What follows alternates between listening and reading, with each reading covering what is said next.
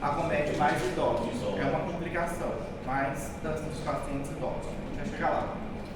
Certo? Então aqui principalmente a gente vai lembrar que a varicela é a prima infecção. A gente vai falar um pouquinho dessa prima infecção. Da varicela, que é a prima infecção, e depois da herpes zoster, diretamente já é uma reativação. A gente fala da principal via de transmissão aqui, seria o quê? Respiratória, é a principal. Claro que a pessoa pode entrar em contato também com alguma vesícula, com alguma secreção, e a partir daí ela também tem o quê? Pode ter um quadro de varicela. E é altamente o quê? Contagiosa, altamente contagiosa. Certo? O período de incubação, quando a gente fala, é o período em que vai desenvolver, que acontece entre 10 a 21 dias. E normalmente o processo dela começar a causar o quadro infeccioso começa ali na mucosa respiratória, a pessoa entrou em contato com alguma gotícula, o vírus começa a se replicar diretamente nas células e a partir dali ele começa a se disseminar pelos linfonodos. E dali ele começa a ir diretamente para o sistema retículo endotelial, onde acontece a primeira infecção clínica do paciente aqui, que é a prima infecção, onde vai manifestar principalmente onde? Na pele. E ele tem um tropismo principalmente pelo sistema nervoso, mas pela pele também, que é onde ele começa a manifestar, tem uma característica de formar as máculas, pápulas, vesículas e crosta. Segue normalmente essa característica que acaba no final formando o quê? Uma crosta. E coça muito, é extremamente pruriginosa também. O paciente tende a coçar muito. E essa coceira normalmente que ele produz ali, por ser muito, ou seja, liberar muita histamina, a pessoa vai coçar muito, pode causar uma lesão na pele. Essa lesão na pele principalmente forma o quê? Cicatriz. Lesiona diretamente as camadas mais profundas e acaba estimulando o fibroblasto a liberar mais fibras de colágeno e elastina, que vai fazer com que, aonde aconteceu essa pequena o quê? Mácula inicialmente formou a crosta, vai ficar um sinal, o quê? Uma cicatriz. Por isso que é orientado a falar para o paciente que não coça. Mas é uma coceira tão gostosa. Cicatriz, porque ele vai lesionar muito mais o epitélio, a pele. Então por isso que não é indicado diretamente que ele venha o quê? Ficar coçando. Se coçar vai manchar, como você diz, vai formar cicatriz. Doutor, aquele banho, aquele negócio roxo que a gente tomava, então era para aliviar a coceira? Para aliviar a coceira. Aliviar a coceira diretamente. Hã? Varicela. Era para aliviar a coceira, era para alteração. Era o que aquilo lá, doutor? Que tipo de medicamento? A permanganato. Acho que é tipo isso. Era para aliviar diretamente a coceira e também tinha uma questão também de ser antibacteriano também. Certo? Então essa é a característica inicial do nosso paciente aqui. Então ele tem febre, mal-estar, tem um exantema centrípeto, vai por todo o corpo e pode aparecer de 10 a 2.000 lesões no corpo. E no paciente adulto tende a ser muito mais grave. Isso é mais grave justamente por causa da questão do sistema imunológico. O vírus acaba estimulando demais. Por isso que o paciente adulto tem que tomar um pouquinho de cuidado se ele tiver contato diretamente a primeira vez com herpes do tipo 3, se ele não tem vacina, se ele não tem nada. Pode ser um caso que leva o paciente de alta celestial. Já em crianças, normalmente o quadro sim costuma ser mais leve, porque o sistema imunológico não está tão estimulado ainda. E essa questão do adulto já é porque o sistema está totalmente formado. Por isso que no adulto acaba sendo muito mais grave e ele pode complicar, pode chegar a ter uma complicação. Mas a clínica aqui é febre, mal-estar, o exantema que aparece por todo o corpo e diretamente esse exantema que inicia aqui no tronco, o cara, ele vai variar muito o quê? Da quantidade que vai apresentar de lesões. Mas pode chegar a ser poucas, mas pode chegar a ser o quê? Muitas lesões também. E ela começa dessa forma. Mácula, pápula, vai formar uma vesícula com líquido e depois acaba formando o quê? Uma crosta. E tem muito o quê? Coceira, coça muito, prurito intenso. Isso, e essa coceirinha aqui é justamente o que favorece o quê? A infecção bacteriana. E aí já seria uma complicação que a gente fala o quê? De forma secundária. Então, nesse caso, primeiramente, o que a gente tem que levar em consideração? A clínica do paciente. É fácil da gente identificar diretamente. Começa com mácula, pápula, vesículas e acaba formando o quê? Crosta. E o paciente vai relatar que coça muito, certo? Tranquilos até aí? As complicações normalmente é o que? Pneumonia. Uma das complicações mais graves que pode acontecer no paciente é a pneumonia de característica viral. Outra seria encefalite, que toda a porção do encéfalo acaba o quê? Inflamando, hepatite, nefrite, ou seja, mas a mais comum acaba sendo a pneumonia. E isso aqui normalmente acontece no paciente o quê? Adulto. É mais grave no paciente que é adulto, justamente pela questão do sistema imunológico responder de forma muito agressiva. E aí o paciente pode acabar o quê? Complicando, certo? Então, normalmente aí, nesses casos, uma pneumonia, uma encefalite pode acontecer com o nosso paciente. O período de latência é que depois que o paciente passou por esse processo, ela fica totalmente latente, onde nos gânglios dorsais ela costuma ficar, ou nas terminações nervosas, e vai persistir o quê? Pelo resto da vida, vai ficar ali quietinha, certo? Vai manter-se ali quietinha e ali fica de forma latente o resto da vida. Até que pode acontecer um processo de reativação. Provavelmente vocês já viram alguém com esse quadro clínico, que normalmente vem acompanhando um dermatoma, que vocês aprenderam diretamente lá em anatomia, acompanha um dermatoma. Sabem o que é dermatoma?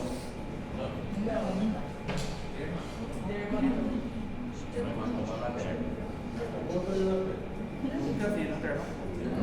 Anatomia. Anato?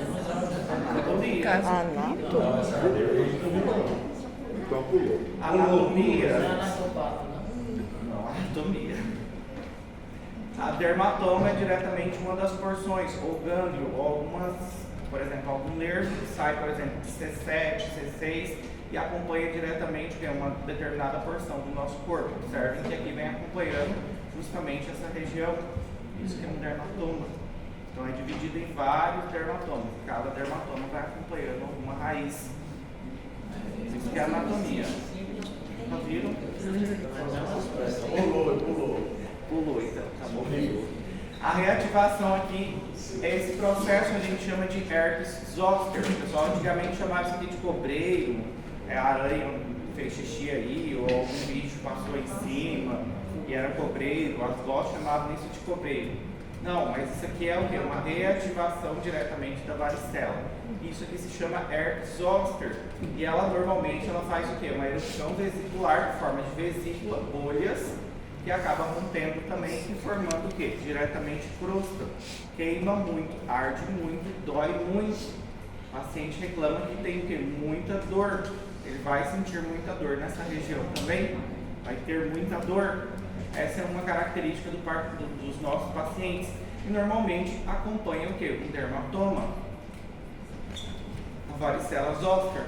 Nesse caso aqui, o paciente ele vai tratar, ele consegue se recuperar, mas alguns pacientes eles podem complicar. Se chama neuralgia pós-herpética, que é uma dor persistente.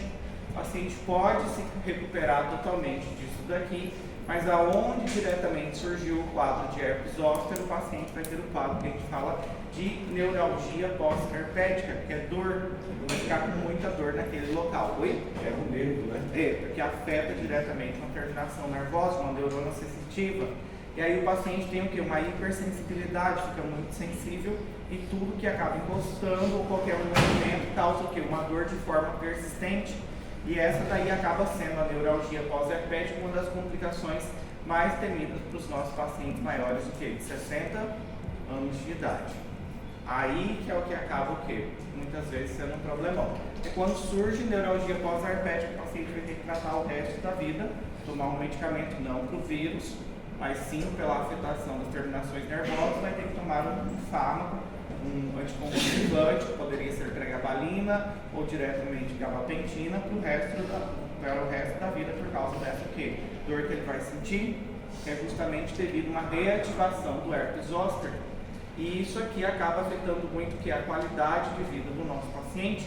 O paciente idoso já é um paciente que ele já tem algumas limitações, ele não consegue fazer muito movimento, já é um paciente que já vem de outras comorbidades também, hipertensão, diabetes, já vem de outras patologias também, e aí começa a sofrer um quadro de neuralgia pós-herpética, pior ainda é para o meu paciente, muito pior, que isso aqui pode agravar o paciente e levar o paciente a tornar-se um pouco mais depressivo. Aí já veio mais um antidepressivo também, sendo o quê? Agregado ao tratamento do paciente também, por causa da dor que ele sente, ele fica mais calado, muito mais sentado, não tem disposição para nada, então querendo ou não acaba sendo uma complicação muito temida e acontece principalmente em pacientes acima de 60 anos, pacientes mais idosos. Pode acontecer também em paciente com a imunidade comprometida também, que é um paciente, quais seriam esses pacientes? Transplantados, HIV, que mais? Transplantados, muito bem, certo? Principalmente HIV e os pacientes transplantados podem sofrer esse quadro, ou um paciente que faz tratamento de alguma patologia reumatológica, alguma patologia que afeta o sistema autoimune e precisa causar o quê? Debilitar o sistema imunológico, ele tem imunidade mais baixa, e esses pacientes eles têm maior risco de comprometimento pulmonar, hepático e neurológico também. Então aqui, o que a gente vê é que normalmente o vírus da herpes do tipo 3, o paciente ele não tende a ter um quadro tão pronunciado. A gente tem que se atentar principalmente ao paciente adulto, quando ele vem ter um quadro de catapora, se a gente entrevistar, que a maioria já teve, principalmente na infância, e se lembrar que ele acaba sendo ruim para aquele paciente diretamente que ainda não teve um quadro de catapora e não tem a vacina. Aí sim, porque aqui tem a vacina ainda. Aí esse paciente pode chegar a um quadro grave. Aí ele pode complicar diretamente com um quadro de pneumonia, que é o mais frequente. Acaba que desses aqui o mais frequente é a pneumonia viral, que pode levar o paciente a óbito. Entende? O Dr. Tiago, por exemplo, vocês conhecem, já tiveram aula com ele semestre passado, ele não teve catapora até hoje ainda. Tem carga de medo de pegar catapora. Mas foi vacinado. Hã? Eu não sei se foi vacinado, isso aí eu não perguntei. Ô, doutor, é isso que eu ia perguntar. Quem não teve a catapora, se tomar a vacina, fica livre dessas? Sim, aí se tomar a vacina você vai ter anticorpos. Pode chegar a ter, não é que você não vá ter, pode chegar a ter, só que o quadro vai ser o quê? Menos o quê? Agressivo, certo? Por isso muitas vezes pode manifestar o quê? Menos pintinhas no corpo. Quem já teve sabe a coceira que é. Neuralgia pós-herpética. Ela é uma complicação assim que pode dar e pode não dar, ou é por não tratar direito? Não, pode dar e pode não dar. Pode dar e pode não Minha mãe dar. fala que eu tenho um sinal aqui na testa, o pessoal me disse que ele tava aqui. Tem a ver com o sistema Tem imunológico. algum exame específico para isso? Chegou meu primo lá em casa. Quando chega isso? Quando chega A minha mãe foi querer afastar eu e meu irmão foi tarde demais. Clínica é soberana nesse caso. Desse quadro aí, nesse Por causa do quadro clínico do paciente. E por causa que o paciente vai falar que em determinada localização vai muito também. Você vai investigar, ele vai falar o que para você? Que antes surgiu isso daqui. Formou vesículas, ou você já vai ter acompanhado o quadro desse paciente você mesmo, você já sabe que é o quê? Um quadro de neuralgia pós-herpética. Então isso aí você já sabe. A clínica aqui acaba sendo um dos principais para a gente. Não precisa a gente se aprofundar tanto na questão do diagnóstico aqui para os nossos pacientes. Podemos utilizar o PCR, que seria um método de eleição aqui. PCR diretamente para quem? Para o vírus do herpes tipo 3, certo? E aqui, o que a gente tem que se recordar? Que o diagnóstico normalmente acaba sendo o quê? Clínico. Normalmente clínico. Certo? Lamentavelmente, isso aí pode debilitar, deixar o paciente muito mais debilitado. Isso não favorece a recuperação do paciente. É o uso que ele vai ter que utilizar de medicamentos pro resto da vida. É igual o carro, né, gente? A gente é igual o carro. Comentamos disso. Vai ficando velho, só vai dando problema. Só vai dando problema. Manutenção. Hã? Fazer manutenção. Tem que fazer manutenção, mas mesmo assim vai dando problema, né? Tem que fazer, vai dando problema. Vai dando problema. Hã? Vai, pode ver que os novinhos têm outra disposição, né? Depois dos 30 só vai caindo, né? Ó, doutor, que isso, não esculhamba não, pô. Mas é a realidade, a disposição que muitas vezes um de 20 tem, você não, galinha que acompanha papo, morre focado. Vai acompanhar um de 20 para vocês verem. Não consegue, vai ficar para trás. Até mesmo que nos estudos, não adianta, querendo ou não, as neuronas elas vão morrendo. Nefronas vão morrendo, isso é fisiológico, não tem para onde a gente correr. Não adianta eu olhar o perfil renal de um paciente de 60 anos e analisar um de 20. Ah, é porque o paciente tem insuficiência? Já não, é porque as nefronas dele depois dos 40 vai morrendo mesmo. Então é a gente ter noção às vezes. Às vezes você tem que falar, né? Por exemplo, tinha uma senhora que ela fazia aula comigo que ela tinha 78 anos e ela ficou brava um dia comigo, que ela não passou, tirou nota boa. Eu falei, senhora, quer um abraço de ninguém que não me dá nota. Poxa, vai ficar com raiva de mim? Vou. Falei, deixa eu explicar um negócio pra senhora. O que a senhora faz? Ela, inconformada, porque eu só estudo. Eu falei, a senhora não vê nenhuma novela? Não, não tem tempo pra ver novela não, só estudo. Eu falei, então, a senhora tem que dar uma assistida de novela também. Eu falo, dá uma festada, né? Porque 78 anos não vai mais pra festa, né, gente? Vamos ser sincero que o máximo ia ver uma Rubi, uma usurpadora, que tem negócio aí máximo, é isso aí, acabou, não tem mais o que fazer. Ela falou que ela cozinhava, jantava e estudava. Só isso, a vida dela, estudava. Não, vai ver uma novela. Eu falei pra ela, olha, vou explicar pra senhora, que eu tava curioso porque ela queria fazer medicina, né? Então eu fui entrando no assunto. Que eu com 78 anos, sinceramente, eu ia aposentar, sei lá, viver da minha arte na praia, ficar lá perto da praia, ficar quietinha ali e pronto. Mas ela disse que era um sonho desde pequena, que ela queria muito, então ela perdeu o esposo, os filhos já eram tudo criado, tem neto e ela vem pra cá passar raiva. Eu entendo. Eu entendo isso. Entendeu? Ô, Tione, qual que é a semelhança, mera Ela coincidência? entendeu que ela tem 78 anos, que não adianta ela se comparar com os novos, né? Não adiantava ela se comparar.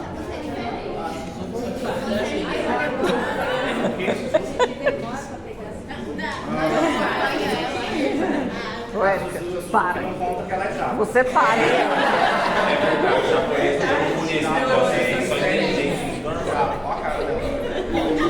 Trabalha em todas as Você não formas. conta. Você para, hein? Melhor é que Você eu para. fui assistir uma aula minha em outra sala, eu não sabia dessa esperteza dessa sala. Zuki, e aí, entendeu?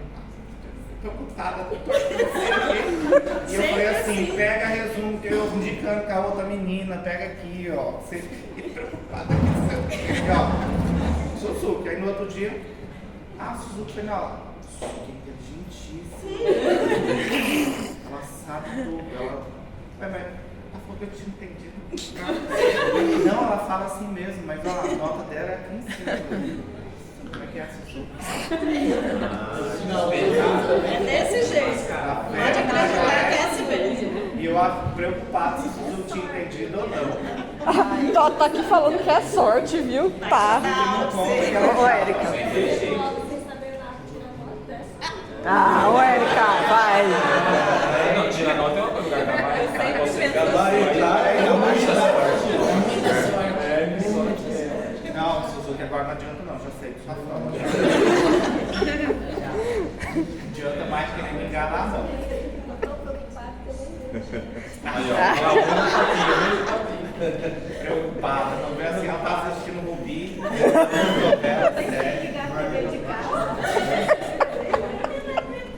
Certo, seguir. Marimar puxar as antigas. Verdade. Muito bem. Não. Então, se for assim, faltou soltar a Maria do Bairro. Faltou soltar a Maria do Bairro. Certo. Então, beleza, seguimos. Diagnóstico aqui, onde começa a acontecer normalmente, final do inverno, primavera, acontece mais casos de catapora. E o diagnóstico, normalmente, a gente vai escolher aqui é clínico. E, normalmente, se a gente precisa de um laboratório, a gente vai solicitar PCR. Vocês que vão fazer prova essa semana, não esqueçam que ao colocar o método de diagnóstico, colocar PCR para fulano de tal, PCR para ciclano de tal. Não é só colocar PCR, que é muito inespecífico. Então, sempre vocês, quando forem passar um exame de laboratório, vocês têm que colocar para que é. O pessoal do laboratório não vai adivinhar para que é. Então, PCR para herpes tipo 3, PCR para varicela, certo? Se a gente quer saber o que? Se o paciente já tem uma imunidade diretamente, a gente pede o método o quê? Sorologia. Um deles pode ser ELISA e sempre IgM é marcador o quê? De infecção recente e IgG é marcador de infecção o quê? Crônica, certo? Tratamento aqui existe, é o aciclovir, valaciclovir, por exemplo. Fanciclovir, normalmente usam um dos dois primeiros aqui, eles acabam inibindo o processo de replicação viral. E isso aqui, normalmente, o tratamento é indicado para quem? Para pacientes imunocomprometidos já, pacientes que adultos e pacientes que pode ter um quadro de herpes zoster. Aí que é indicado o tratamento dos nossos pacientes. Na intenção de diminuir o quê? A severidade, a duração e o risco de complicações do nosso paciente. Existe a vacina, certo? A vacina aqui diretamente para a varicela, ela se encontra no esquema infantil, e depois a vacina para herpes zoster também.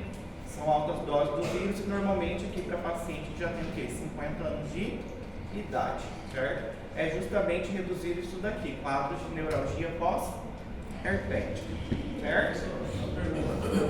Em relação ao diagnóstico, esse diagnóstico é o diagnóstico laboratorial, que são os exames. E aí, no caso, o diagnóstico seria a patologia, o nome completo da enfermidade. Fala para a prática.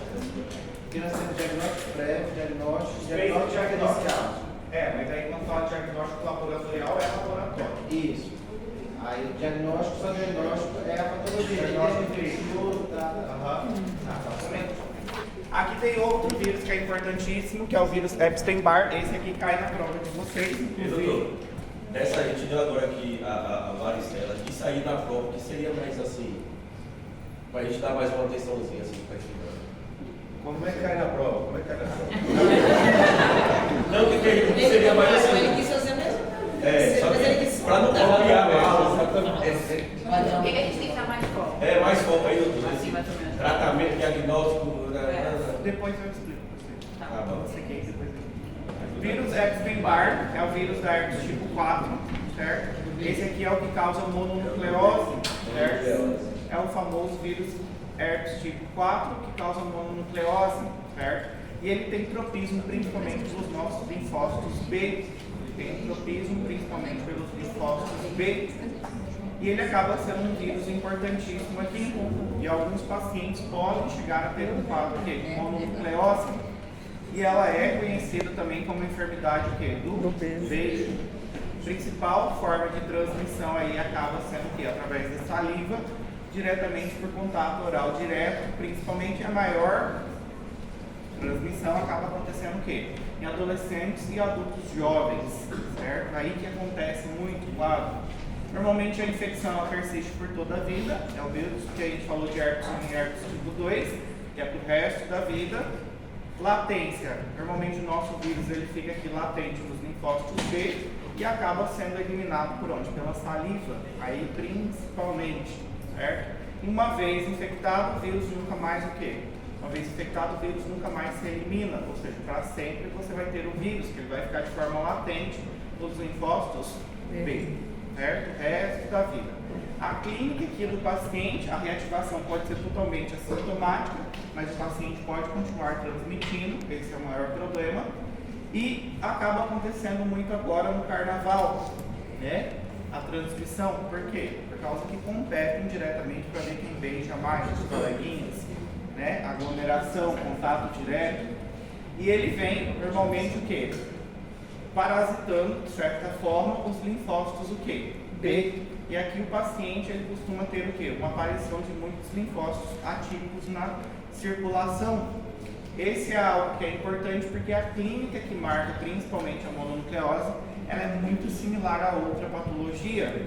O paciente normalmente tem um quadro de febre, normalmente faringite, o paciente tem adenopatia cervical, normalmente, e o paciente tem mal-estar, e esse aqui é a esplenomegalia. O paciente tem esplenomegalia, nesse caso também, aumento do baço, muito bem. Normalmente, o que acontece com o paciente? Ele tende a formar uma placa também esbranquiçada onde? Na amígdala. Dá para confundir muito com quem? A placa A placa do Confundir com streptococcus. Muito bem, qual streptococcus? Piógenes, muito bem. Dá para confundir com streptococcus, o quê? Piógenes, nesse caso. E daí, qual seria o diferencial para a gente?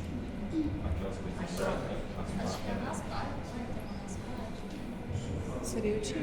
O que é mais flaco? Qual? Quando sangra é corynebacterium difteria. Qual que seria o diferencial aí, Paulette? Número O 20? jeito da placa. A esplenomegalia Não é. Hã?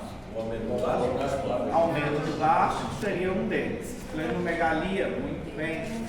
Aí, principalmente, esplenomegalia, onde mais? O que esse paciente vai ter? O que mais? Além da esplenomegalia, o que vai chamar minha atenção aí, principalmente?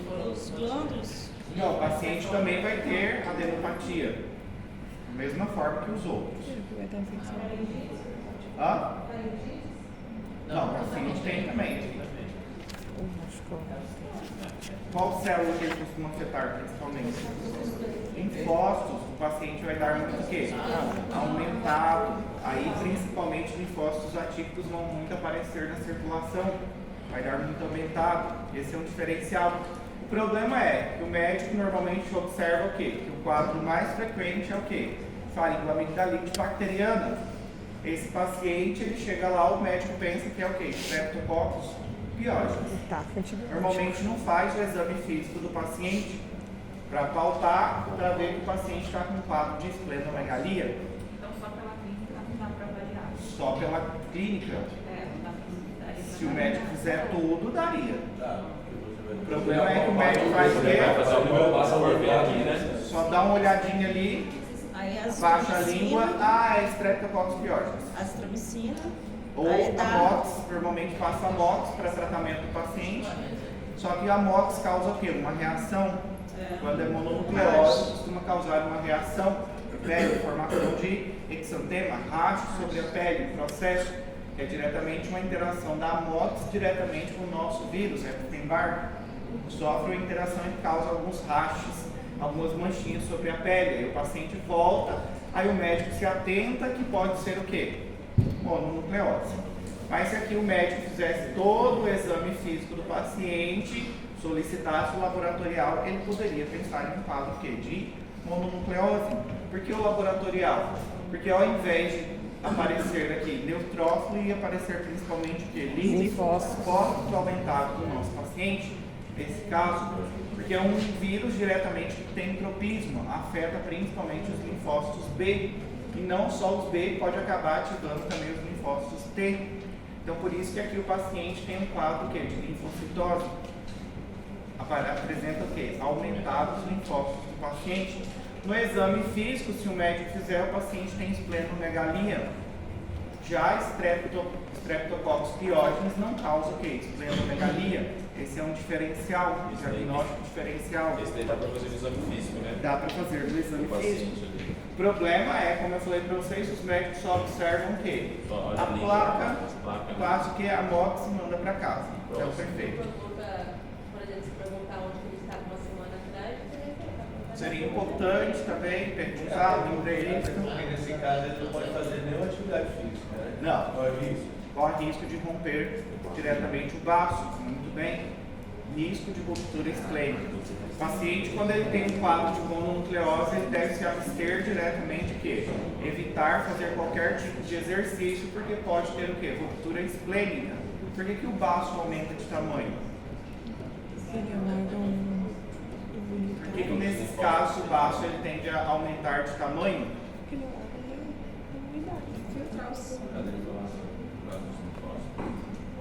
E aí? Faz parte Aulete? faz parte da imunidade. Porque ele é um cemitério lá das células. Qual a função do baço? Cemitério de hemácias? É o que a Takamuri faz, fala aí. as portas param lá,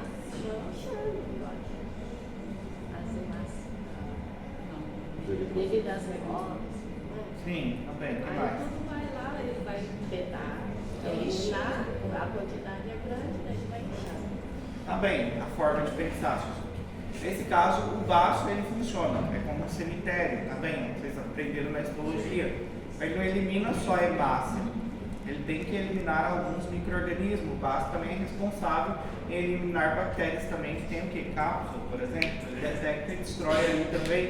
Nesse caso aqui, principalmente tem uma ativação. O baço também é responsável o quê? Por ativação, principalmente de linfócitos o quê? B. Então, nesse caso aqui, principalmente, tem várias situações. Uma é pelo aumento atípico de linfócitos, então o baço começa a ter uma função a ser ativada muito grande, ou seja, sofrer muita alteração, e ele começa a inflamar, e começa a ter um quadro de esplenomegalia, começa a aumentar de tamanho, e esse aumento de tamanho, com qualquer esforço, pode fazer até mesmo com que o paciente possa romper diretamente o baço, e aí ter um sangramento muito grande. Então é importantíssimo que o paciente, quando ele tem mononucleose, evitar qualquer tipo de exercício, pelo menos 3 a 4 semanas, até que desapareça totalmente os sintomas do nosso paciente. Normalmente ele fica onde? Os linfócitos B de memória. Ali pode acontecer o processo de reativação, é onde ele tem tropismo, principalmente pelos linfócitos do tipo B, ali principalmente, certo? Paciente, a eliminação do vírus, os sintomas podem durar até semanas para o paciente, a eliminação do vírus é prolongada, certo? E o paciente pode seguir eliminando o vírus durante até mesmo meses. Mesmo que ele melhorou, ele pode continuar transmitindo. E aí a principal forma de transmissão é através de contato direto e saliva. É aquele negócio de você emprestar sua garrafinha de água para o coleguinha, tomar tereré, muito bem, dividir bomba de tereré. Aí principalmente pode acontecer, não necessariamente somente através do beijo, mas essa questão. E aqui normalmente o paciente, ou seja, depois que melhorou desse quadro clínico do paciente, ele vai ficar totalmente latente nos linfócitos B. Pode acontecer uma reativação? Pode acontecer reativação do vírus, mas aqui pode ser um quadro já menos pronunciado e ser um paciente totalmente assintomático. Nesse caso aqui é uma enfermidade associada também aos linfomas. Então a gente fala que o vírus Epstein-Barr ele é oncogênico, é um dos que é oncogênico, é o vírus Epstein-Barr. Ele não diretamente está influenciado em ele causar diretamente um quadro oncológico, mas ele também contribui junto com outros fatores para que se torne uma célula cancerígena, para que sofra diretamente algumas modificações e possa o paciente desenvolver um câncer, um tipo de câncer. O mais envolvido relacionado aqui é o linfoma de Hodgkin e o linfoma diretamente de Burt. Esse de Burt ele acontece normalmente na África, não é comum de acontecer aqui pra gente, tem mais relação na África, e já aqui acontece mais o linfoma de Hodgkin, porque todos esses linfomas aqui eles estão envolvidos principalmente com linfócitos B.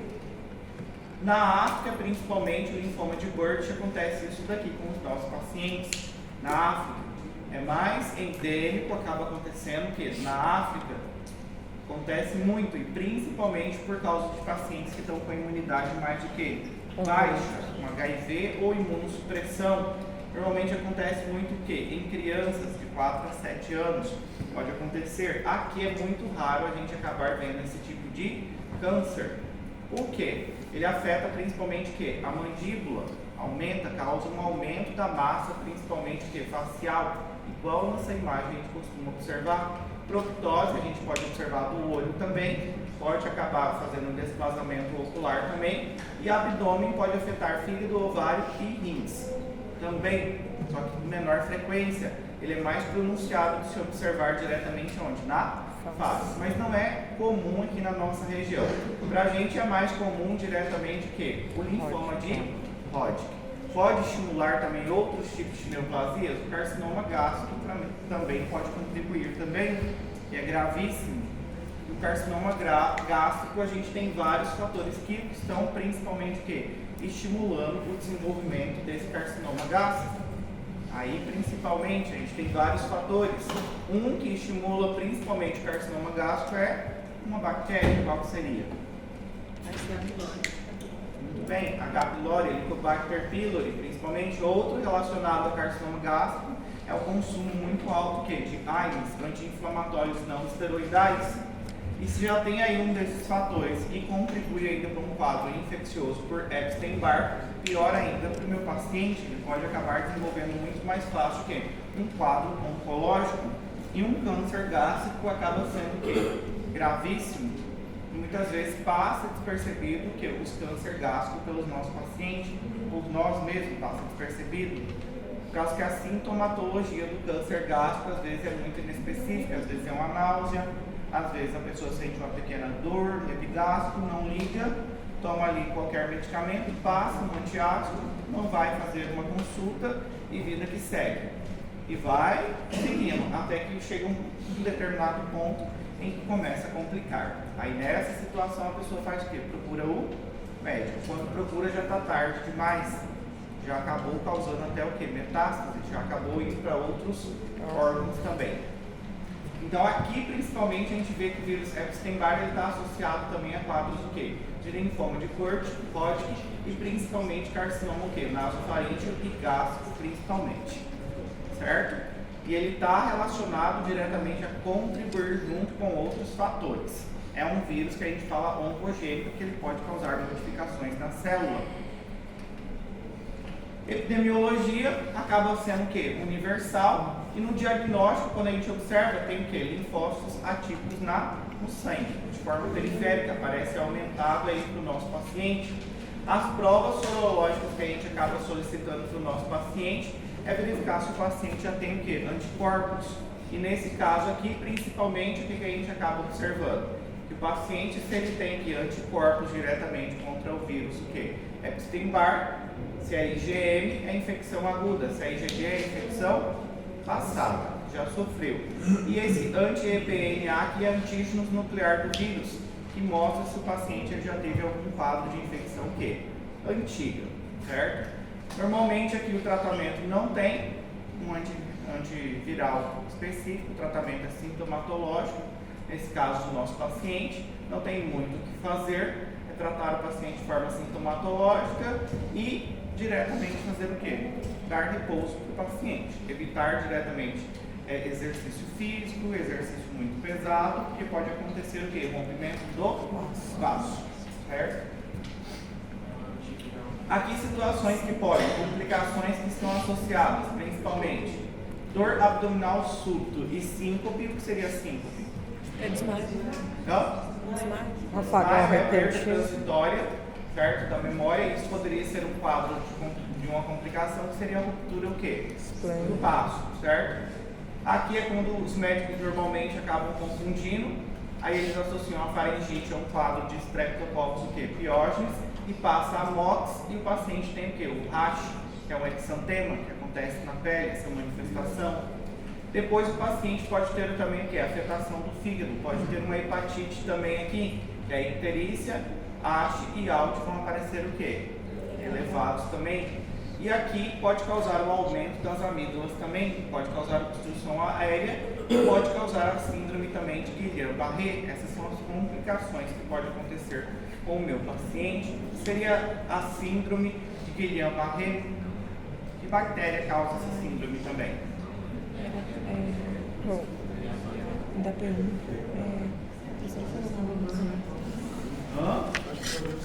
Clostridio? Era o Clostridio? Difícil? Está associado com o consumo de frango cru. Campylobacter? Suzy? Era o Campylobacter? Campylobacter? Campylobacter jejuni, muito bem. Campylobacter jejuni, muito bem. Está associado ao Campylobacter jejuni. E aqui a gente vê um vírus que está associado também a causar o quê? Uma síndrome de Guillain-Barré. E o que seria essa síndrome?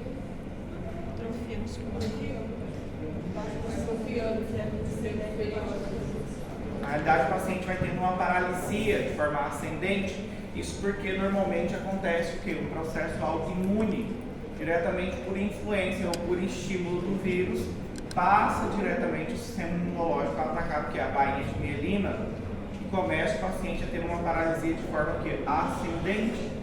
Esse paciente ele pode sobreviver, se ele sobreviver ele fica o quê? Normalmente sequelado, ele perde algum movimento, ou ele vai mancar diretamente, não vai caminhar de forma correta, ele vai ter o quê? Alguma perda aí.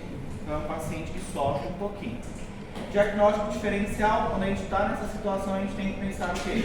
Faringoamigdalite por Streptococcus, que é muito parecido, HIV, toxoplasmose, a gente falou, linfoma, as hepatites ainda não falamos, e citalomegalovírus, é muito similar também ao citalomegalovírus. O próximo vírus é justamente ele, citamegalovírus, que é o vírus da herpes tipo 5. Citomegalovírus, quando a gente fala diretamente desse vírus aqui, ele tem essa característica diretamente porque ele afeta em especial alguns pacientes. O citomegalovírus ele é um probleminha para a gente somente em pacientes o quê? Imunodeprimidos. Aí principalmente é o probleminha relacionado a esse vírus, principalmente HIV e transplante de órgãos. O paciente gestante também, a imunidade dela também é o quê? Debilitada. Então, o citomegalovírus ele é um probleminha aí pra gente, certo? Principalmente em pacientes neonatos, imunossuprimidos e pacientes que são o quê? Transplantados. Aí, principalmente, a gente tem que tomar um pouquinho de cuidado, certo? Com esse vírus. Por que ele se chama citomegalovírus? Por causa que ele causa um aumento, principalmente da célula que ele acaba o quê? Infectando. Por isso que ele se chama citomegalovírus. Certo? Porque ele aumenta o tamanho da célula principalmente. O problema maior que a gente tem aí é relacionado principalmente a pacientes que, com um quadro que são o quê? Imunodeprimidos e os neonatos. Eles são os que mais acabam sofrendo aí. Os neonatos eles podem ter um quadro de infecção totalmente o quê? Congênita. Chegar a nascer diretamente o quê? Surdos ou ter retardo no crescimento e até mesmo um quadro de microcefalia. Então, o problema maior aí é durante a gestação também. Já os imunodeprimidos, eles podem ter o quê? Uma retinite, pneumonia, colites ou outras complicações até do sistema nervoso central, uma encefalite, que seria uma complicação muito mais grave. Já os imunocompetentes aqui, normalmente eles podem ser assintomáticos, certo? Eles podem ser assintomáticos. Certo? Tranquilos até aí? Citomegalovírus, depois vou deixar a parte de citomegalovírus para vocês darem uma olhadinha sozinhos, que a gente está bem atrasado.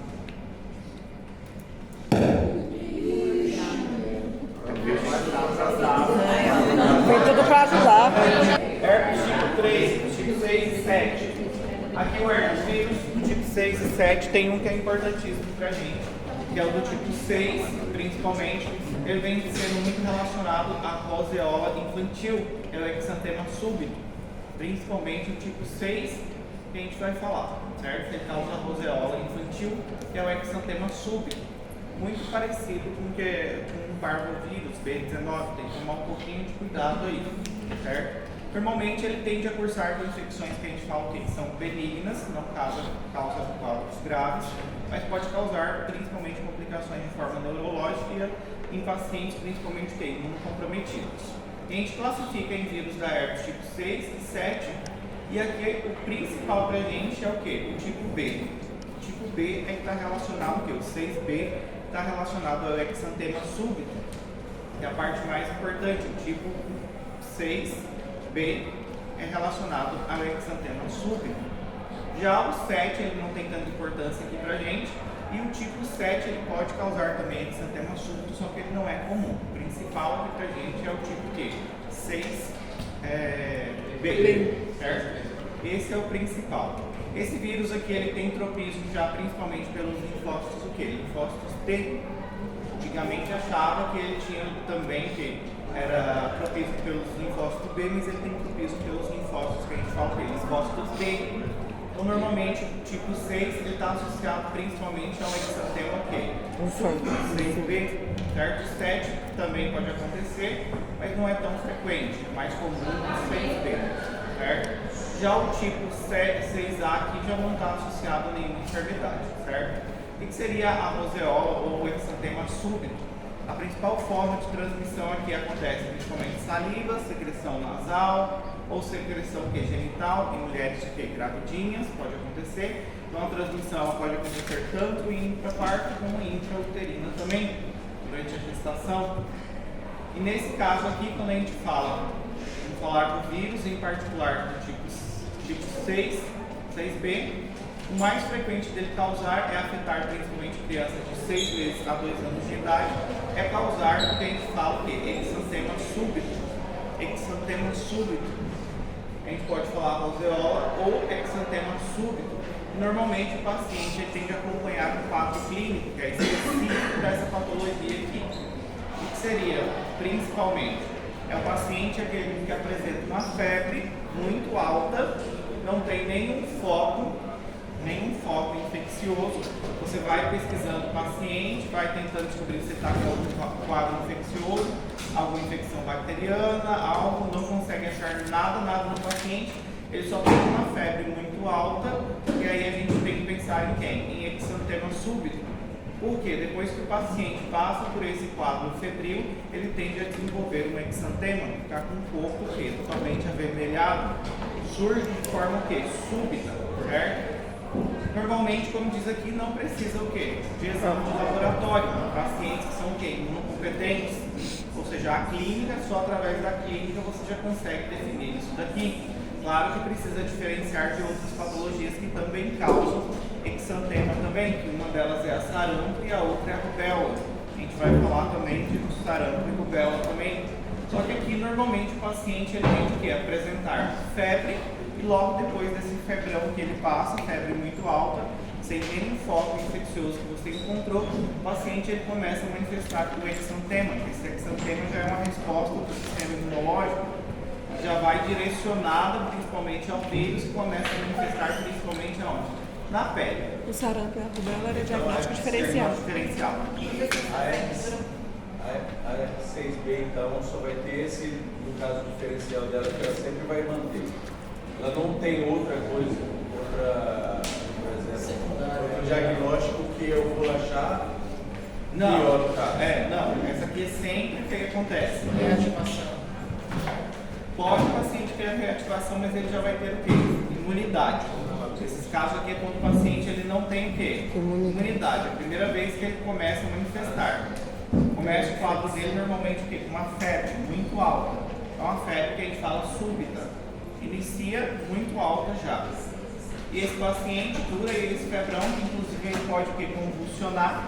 Esse é o pior aqui, o paciente pode ter uma complicação que é a convulsão, fica um mal-estar totalmente geral e ele pode ter linfadenopatia de forma muito leve. Só que o que chama a atenção é essa febre muito alta, que ela tem uma duração aí de dias, de alguns dias. Passou essa febre do paciente, ele desenvolve o quê? Um exantema. A pele dele começa a apresentar totalmente o quê? Avermelhadinha. E onde começa? Inicia no tronco e cara e se estende depois para extremidades também. Isso é o que chama a atenção. Não coça. Normalmente é o quê? Bem rosado, leve e normalmente resolve de 1 a 3 dias. Normalmente as mães elas levam para consultar por causa do exantema, não é nem por causa da febre. Normalmente elas tentam elas mesmas controlar a febre em casa. A única queixa da criança é mal-estar, muitas vezes, e a febre é muito alta. Aí passou esse período de febre aqui, desenvolve o exantema. Esse exantema ele surge normalmente por causa da resposta do sistema imunológico. Aí o paciente tende a manifestar o quê? O exantema. Tende a manifestar esse exantema. Então aqui o que vai chamar a atenção? É aquele quadro clínico, ou é a clínica que o paciente vai chegar, a mãe vai chegar para você e vai mostrar o exantema normalmente. Ela não leva por causa da febre. E aí basta você perguntar, mãe, ele teve febre antes? Aí ela vai falar para você que ele teve um quadro febril, uma febre muito alta, 2, 3 dias, só que a febre parou e logo depois começou a surgir o quê? Essas manchinhas sobre a pele. Isso é o que chama a atenção aqui, principalmente, o exantema súbito. Já na parvovirose, o que acontecia no parvovírus P19? Ela dava manchas na face. Tinha muito bem. A bochechinha era o que? A face essa palavra mesmo. Não era pelo corpo. Até ele também dá exantema, só que a diferença é que a dente Sim, a dengue tem outras manifestações. é um pouquinho diferente. Não vai confundir com dengue. Não dá para confundir com dengue, certo? Até porque aqui não tem coceiras, não é pruriginosa. O paciente não vai queixar que está coçando. Tá? A dengue e a febre é súbita e assim nada deixa de a dengue e a febre é de forma súbita, e aí é sem foco. Não, aqui também é súbita. Só que não tem foco infeccioso, não tem nada. Mas a dengue tem outra clínica. Infeccioso, né? A dengue tem outra clínica. Sim, É muito parecida, mas tem outra clínica.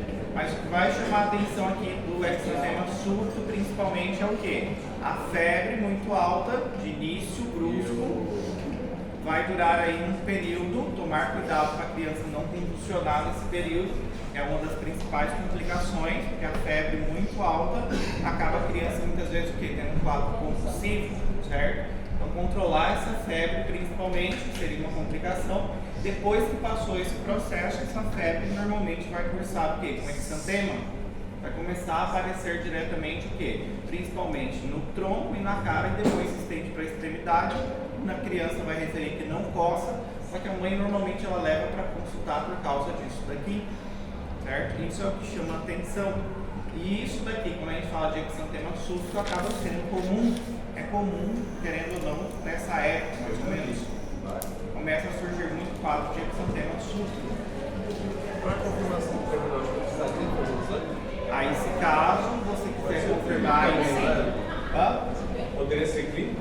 Aqui normalmente acaba usando só a clínica mesmo, certo? Acaba diretamente só sendo o quê? Clínico. Diz que não requer prova de laboratório. Normalmente é clínico. Surge No tronco não, e no... começa a surgir no tronco e na face, depois vai para extremidades também, certo? E isso aqui muitas vezes a gente precisa diferenciar também sarampo e rubéola. Esse seria o diagnóstico diferencial. Mas a gente ainda não chegou lá ainda em sarampo e rubéola. Creio que vamos chegar. No caso, colocaria o parvovírus B19 também? No diagnóstico diferencial poderia ser parvovírus B19 também, certo? E esse exantema ele surge depois dessa febre sem nenhum foco. Sem nenhum foco é que o paciente tem uma febre muito alta, vamos falar sem foco, e você não sabe de onde está vindo essa febre. Não tem nada que chame a atenção, nada mais que vai chamar a sua atenção. O paciente não tem outra clínica no seu mal-estar. Mal-estar. Você não pensa se é bacteriano, não tem coleta hemograma, não aparece nada alterado, está tudo bem com esse paciente. E ele apresenta esse febrão. E logo depois que passou a febre, ele manifesta o quê? Exantema. Esse exantema normalmente é uma resposta já ao quê? Sistema imunológico, certo? Aqui normalmente os pacientes eles cursam o quê? Um quadro que a gente fala, uns quadros normalmente aqui, era a cerveja.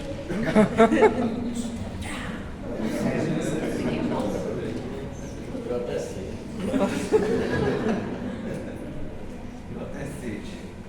Nesse caso aqui, o paciente ele tende a cursar alguns de forma assintomática, mas alguns o quê? De forma benigna e autolimitada. O que significa autolimitada? Que vai resolver de forma o quê? Espontânea, vai solucionar sozinho. Às vezes a gente só precisa tratar o paciente de forma o quê? Sintomatológica, controlar essa febre principalmente, porque uma das complicações aqui é o quê? A convulsão. Outros quadros mais graves aqui, por exemplo, encefalite, linfadenites e hepatites que o paciente pode chegar. O adulto, quando surge normalmente, é um quadro muito similar ao quê? A mononucleose. Quando surge o adulto, parece muito com um quadro típico da mononucleose. O paciente chega a ter febre, mal-estar e adenopatia. Chega a ser muito parecido com a mononucleose, causada pelo vírus Epstein-Barr. Certo? E isso é o que chama a atenção aqui. Tranquilos até aí? Sim? De roseola, ou seja, de exantema súbito, que a gente vai falar normalmente é só isso daqui. Tem uma relação diretamente do vírus herpes tipo 6 em pacientes transplantados. Pacientes que têm vírus diretamente herpes tipo 6 têm demonstrado diretamente que eles têm uma rejeição ao transplante renal. Aí, principalmente, esses pacientes, eles costumam o quê? Ter rejeição de transplante renal. Esse é outro fator que chama a atenção. Normalmente, o diagnóstico aqui não requer o quê? Laboratório, certo? Se a gente fosse solicitar aí, poderia ser PCR para o nosso paciente, ou ELISA, sorologia, mas normalmente não requer o quê? Laboratorial. Tratamento que a gente pode utilizar aqui para o nosso paciente, ganciclovir, poderia ser uma opção para tratamento do nosso paciente, mas a gente só utiliza os antivirais em pacientes que têm algum quadro de imunossupressão. Aí sim a gente utiliza, senão normalmente é tratado de forma sintomatológica do nosso paciente. Não existe vacina, certo?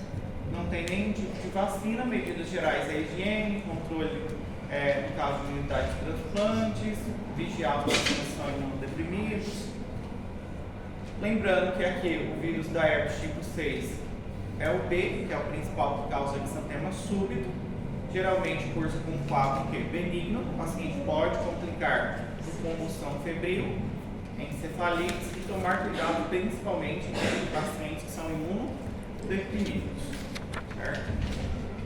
Herpes associado ao sarcoma de Kaposi, que é o herpes tipo 8. O tipo 8 aqui diretamente é o sarcoma de Kaposi. Sarcoma de Kaposi é uma neoplasia. A única coisa que eu quero que vocês saibam desse vírus herpes tipo 8, é que está relacionado ao sarcoma de Kaposi. Tá bem? Só. E vai ficar também esse para vocês darem uma lidinha depois. Quando eu falo para vocês lerem depois e estudar, é porque eu não vou cobrar também de vocês. Tá bem? Mas eu peço para vocês darem uma lida depois. Tá bem? Porque a gente está muito aquela palavra que não pode falar. Senão acaba a luz. Muito bem. Acho que sim. É possível estudar, né? Eu gostava disso.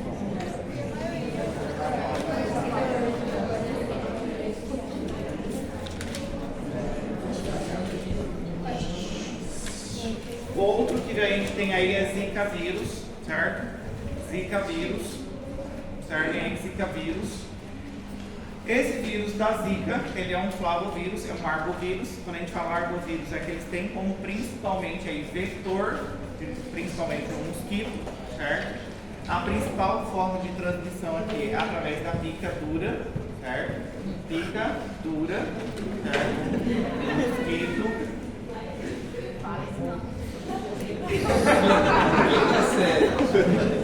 Quem solta essa É a principal forma, através da picadura, certo? Da mosquita, certo? Da mosquita. Hã? Agora não vai, né? Pois eu vou pôr lá, picadura. Só pra ver se vão acertar mesmo. Ainda não vamos, pode ter certeza. Pode ter certeza que vão errar. Muito óbvio. Hã? Muito óbvio. Vai ser parado. Igual o semestre passado, olha, o aluno me traumatizou. Qual é a morfologia do bacillus cereus? Aí a opção A, copos. Opção B, bacillus. Opção C, forma de vidro. Doutor, dá uma ajuda nessa questão aqui. Bacilos? Bacereus. Bacilos. Cereus? Tô entendendo. Aí, ó. Bacilos. Cereus. Entendeu? Entendeu? Ai, agora eu entendi. Copos. É inacreditável. É inacreditável. Hã? Quem que é? Magno? Foi ele. Não. Impressionante. Certo? Então ele veio lá da África também, o vírus da Zika. Zika que não é tanto um problema pra gente, certo? Mas ele tem outras formas também, que a gente fala que é de transmissão. E também acontece de forma vertical, que é da mãe para o feto diretamente. Essa seria importantíssima pra gente.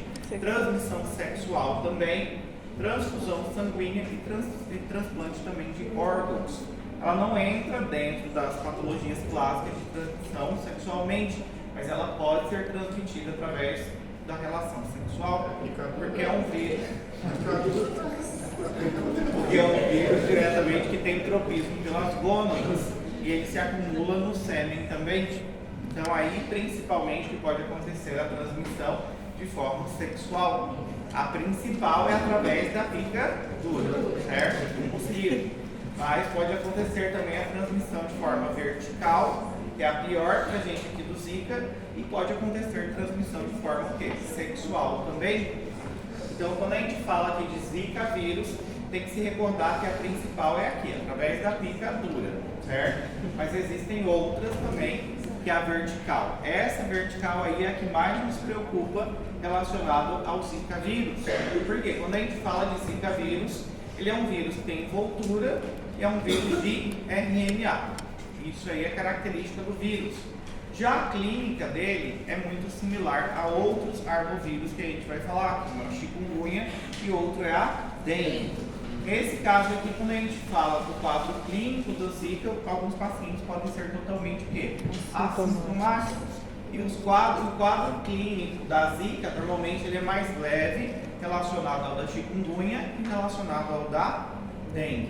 Então o que a gente pensa? O paciente tem uma febre, é uma febre que não é tão alta, tem dor também articular, igual as outras, mialgia também, exantema pode surgir também, inclusive o que? Pruriginosa, que coça, conjuntivites, a conjuntiva fica bem avermelhada do paciente e o paciente tem cefaleia também, muito parecido com dengue e chikungunya. A diferença é que aqui o quadro clínico do paciente costuma ser mais o que? Leve. O pior que a gente vê aqui relacionado à Zika é relacionado principalmente ao quê? Quando a gente fala síndrome congênita da Zika, aí é o problema pra gente, as gravidinhas que é o problema. Quando surgiu o Zika no Brasil, não sei se vocês se recordam, aconteceu muitos casos, era noticiário diretamente o quê? De grávidas que elas estavam tendo o quê? Diretamente fetos RN com microcefalia. Então o problema do Zika maior pra gente é relacionado aí, principalmente no primeiro trimestre, porque ele é um vírus que ele tem tropismo também pelas células musculares, articulares, mas tem tropismo principalmente pelas células nervosas. Tropismo é que tem gosto, quer estar nessa célula, quer infectar essa célula, ele se adapta bem a essa célula. E principalmente aqui no primeiro trimestre é onde acontece o maior risco diretamente do vírus causar o que? Alguma teratogenicidade, uma formação. E o que ele faz? Ele afeta principalmente as células o que? Neurais. E ali ele vai intervir na organogênese e na divisão celular. E isso vai acabar gerando diretamente algum quadro de teratogenicidade, vai gerar alguma má formação. E o que marca muito, principalmente, é o quadro de microcefalia, que é principalmente redução do perímetro cefálico ao nascimento. Mas ele não só aí, mas ele pode ter afetação também ocular, ele pode ter afetação articular, músculo-esquelética também, mas o principal que marca muito é principalmente a afetação que? Neurológica. Isso aí leva o paciente a totalmente o quê?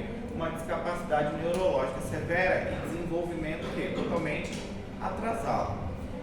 Nesse caso aqui é muito raro que o paciente chegue o quê? A sobreviver por muito tempo. Normalmente acaba indo o quê? A óbito. Não vai seguir por muito tempo. Então o maior problema que a gente vê relacionado à Zika aqui diretamente é ao quadro que a gente fala o quê? Síndrome congênita da Zika. Síndrome congênita da Zika. Síndrome congênita da Zika. Certo? O principal pra gente aí é o síndrome congênita da Zika. A transmissão é principalmente através do quê? Do mosquitinho. Como se chama esse mosquito? Aedes. Muito bem, certo? Diagnóstico. Como que a gente faz normalmente o diagnóstico? Para a Zika, se o paciente, o que a gente tem que levar em consideração sempre, que é a época, cidade, localização, tudo isso é importante para a gente. Se é endêmico aquela época, por exemplo, de casos de Zika, chikungunya e dengue.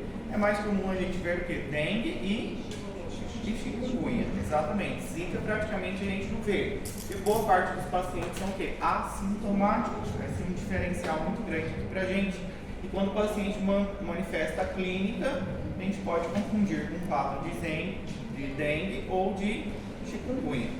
Nesse caso, o que a gente tem que solicitar? Para confirmar, a gente precisa solicitar diretamente o quê? PCR, RT-PCR. O RT-PCR ele serve para a gente durante os primeiros 7 dias que o paciente manifestou sintoma. Se eu quero confirmar os primeiros 7 dias, eu utilizo o quê? RT-PCR para Zika. Agora, se já passou dos 7 dias, a gente vai utilizar quem? Sorologia, a ELISA, IgM e IgG, certo? IgM é um marcador de infecção que? Recente. E o IgG é um marcador de infecção passada. Muito bem. Certo? Então isso é importante para a gente se atentar.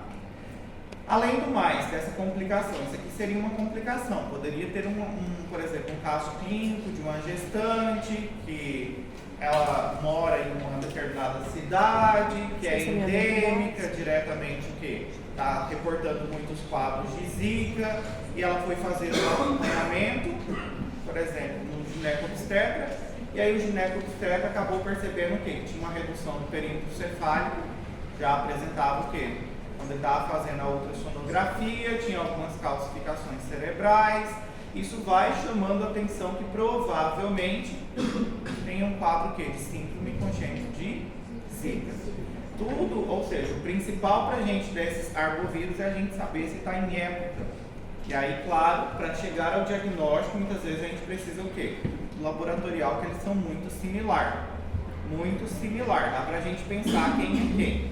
Mas a gente costuma o quê? Por isso que na ficha clínica vem lá. A Paula, por exemplo, mora no centro e ela chegou com um quadro clínico que é de Zika. Então, começa por aí. Vai pesquisar a Paula, deu o diagnóstico de Zika, de repente vem a Camila. Camila vem também com a mesma manifestação, de repente é a vizinha de quem? Da Paula. A gente sabe que no centro está acontecendo muitos casos de Zika, por que será? Aí normalmente são o quê? Patologias que são de notificação, notifica justamente para que a epidemiologia vá na casa da Paula e começa a ver se a Paula não está tendo o quê? Criadouros. Às vezes a Paula bebe muito, deixa as garrafas dela tudo lá, cheia de água. As plantinhas dela. As plantas dela. Que ela não tira. Reservatório, exatamente. Aí Camila é vizinha, a Tione também é vizinha, já está com Zika também, a Aline também. E aí vai todo mundo naquela região. Então você já sabe mais ou menos o quê? Está tendo um quadro mais o quê? Endêmico de Zika. Então quando chega alguns pacientes com a mesma manifestação e é centro, a gente já pensa o quê? Provavelmente é Zika, ou dengue, ou chikungunya. Claro que o laboratorial vai nos ajudar aqui diretamente, certo? Nesse caso aqui, o adulto ele pode complicar também? Ele pode ter complicações. Uma complicação também seria o quê? A síndrome de Guillain-Barré, ou diretamente meningoencefalite, ou uma mielite, que é a inflamação da medula espinhal. Isso poderia acontecer como complicação no quê? No paciente adulto. Isso aqui é normalmente o paciente adulto que manifesta esses sintomas, ele se recupera e depois, como manifestação, no caso imunológica, pode acontecer um quadro, por exemplo, de síndrome de Guillain-Barré. Normalmente aqui a gente não tem nenhum tipo de tratamento de forma específica, a gente não trata o paciente, ou seja, não tem um antiviral específico, a não ser o quê? Tratar sintomatologicamente. Não tem vacina.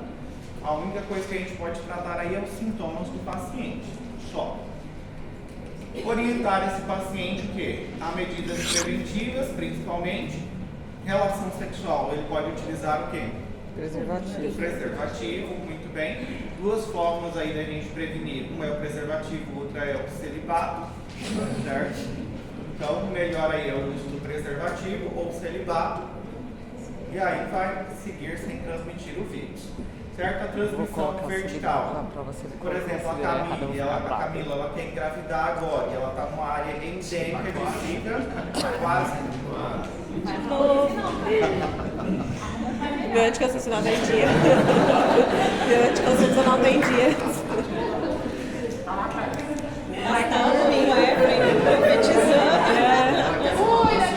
Até o final da faculdade tem chão ainda. Aquele ali, ó. Não, aquele é o marido seu? Namorado. Como é que é? Fala de novo. Fala de novo, Camila. Tá bom, marido?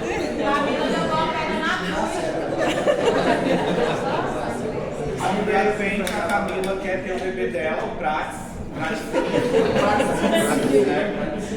e ela sabe que ela está numa região mais endêmica de Zika, ela tem que evitar nesse período gestal. Já é uma celibato, forma, viu, Camila? Evitar o que? A transmissão de forma vertical. Celibato. Celibato.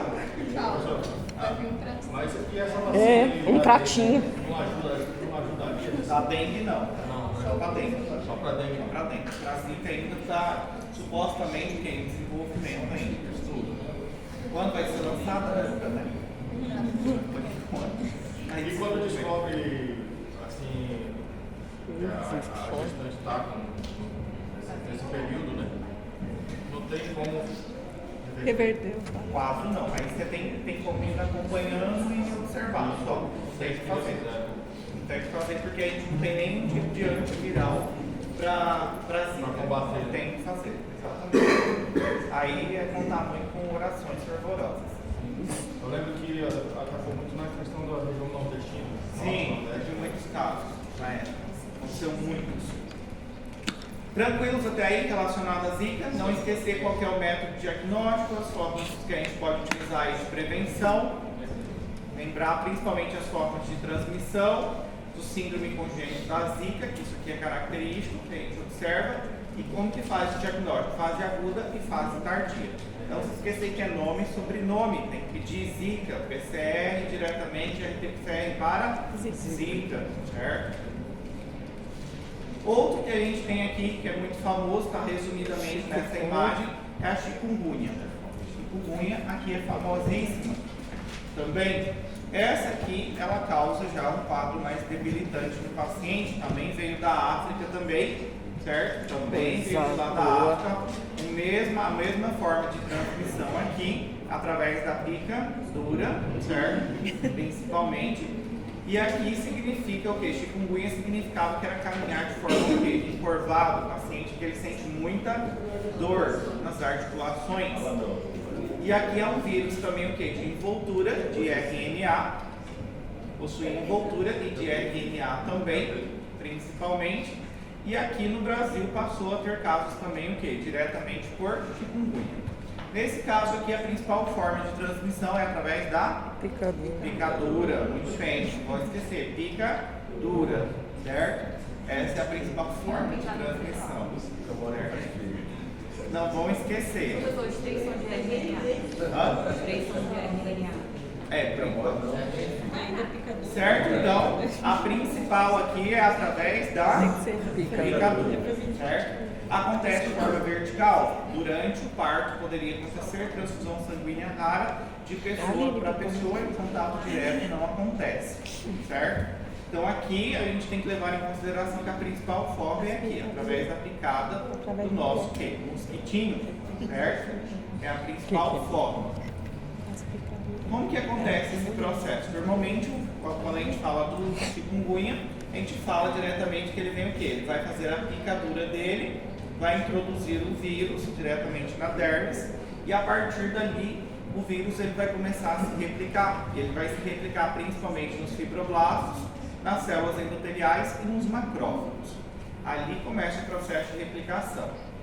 Começa a aumentar a carga diretamente viral e ele vai diretamente começar a parasitar também, se replicar aonde? No músculo, articulações, fígado e cérebro. É onde ele tem tropismo principalmente.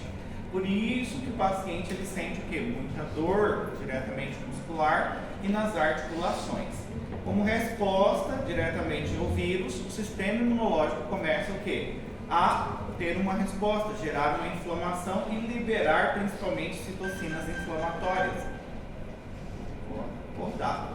Interleucina, por exemplo, do tipo 6, tipo 1, fator de necrose tumoral, começa a ser liberada e começa a ter uma tormenta, uma resposta muito grande, inflamatória. E isso daqui que normalmente costuma causar a dor crônica no paciente. Normalmente a gente fala o quê? Que as manifestações clínicas do paciente ela é parecidíssima com as outras patologias, só que aqui diferencia um pouquinho relacionado a essa poliartralgia intensa. O paciente tem a febre alta aqui, normalmente um pouquinho mais elevada do que a dengue, é mais um pouquinho alto do que a dengue, chega a ser o chikungunya, e o paciente costuma relatar o quê? Poliartralgia de forma o quê? Intensa e simétrica. Se essa mãozinha aqui vai doer, essa daqui também vai doer as articulações, é de forma o quê? Totalmente simétrico a dor do paciente. E muitos pacientes não conseguem até mesmo o quê? Caminhar. É uma dor muito intensa. A dengue ela vai produzir uma dor intensa. O paciente tem dor intensa também articular, só que não chega a ser tão intensa como a gente fala o quê? Na chikungunya. Aqui é o paciente que não consegue literalmente caminhar. Na dengue aí o paciente tem muita dor intensa também, mas ele segue o quê? Caminhando. Aqui o paciente ele sente muita dificuldade para caminhar, muita dor o paciente sente. Então o que marca principalmente a febre mais elevada e a poliartralgia. Essas são as diferenças, por exemplo, quando está numa endemia. É dengue, é zika ou chikungunya. Tem febre alta, você vai descartando, né? Sim. Porque a zika não dá febre alta. Não dá, E aí exatamente. dá o eczema. Ah, tá, mas chikungunya tem artralgia. Ah, não vai conseguir, então artralgia. Você vai eliminando pra saber. Vai, exatamente. Até pra notificar, porque Sim. não tinha da zika, né? Você colocava os três pra Sim. saber o que era. Exatamente. Você vai. As manifestações clínicas. Isso, o que ajuda a gente muitas vezes é o quê? A clínica do paciente. Então, muitas vezes, o que vai marcar aqui, o X da questão aqui, muitas vezes vai marcar a poliartralgia intensa do paciente de forma simétrica. Isso é o que marca muito e a febre muito alta. Porque a chikungunya pode ficar, não sei, até 10 anos o paciente ele começa a uma da fisioterapia, Sim. encaminhar coisa que a dengue não. Isso, muito bem. Mas a zika também tem artralgia. Hã? Zika é mais leve. Leve. O caso da zika é sempre mais leve. É mais leve, já vai olhando. É, tudo mais leve. A zika só nas embaraçadas. Exatamente. Zika, o problema é na gravidinha, maior. E a outra No adulto, se acontecer a complicar, é uma complicação depois imunológica. Agora aqui, o que marca principalmente chikungunya é diretamente o quê? A febre, diretamente, que é alta, mais alta que a dengue, e a poliartralgia intensa e de forma simétrica. A dengue também é intensa, mas não chega a ser tão intensa como a gente fala aqui, intensa, relacionada ao chikungunya. Às vezes o paciente ele vai o quê? Pedir uma cadeira de rodas para ele ser transportado, não vai querer o quê? Se mover. Os outros sintomas são muito parecidos. O paciente tem racha aqui, ou seja, o exantema, mialgia, cefaleia, náusea, vômito, conjuntivites, vermelhidão diretamente no olho, fadiga extrema, linfadenopatia, é muito parecido já o quê? Dengue. Mas o que marca principalmente aí, os dois principais é o quê? Febre e a poliartralgia do paciente. É o que mais marca aí, principalmente. A febre e a poliartralgia do paciente. Febre e poliartralgia. Certo? A poliartralgia, ela tem um tempo específico? Porque a gente vê muita gente falando assim, eu estou tendo dores por causa da chikungunya depois de muito tempo. Até um ano. Pode ficar. Pode ficar. Eu tenho Vai isso. falar.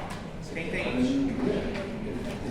Eu já tive chikungunya baixa na temperatura, ela porra. Se eu sofro.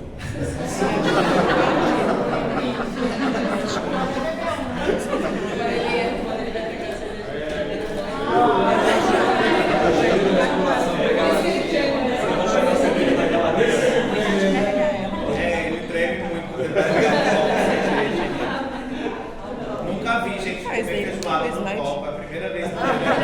Ali é o caldinho, eu tenho que tomar antes.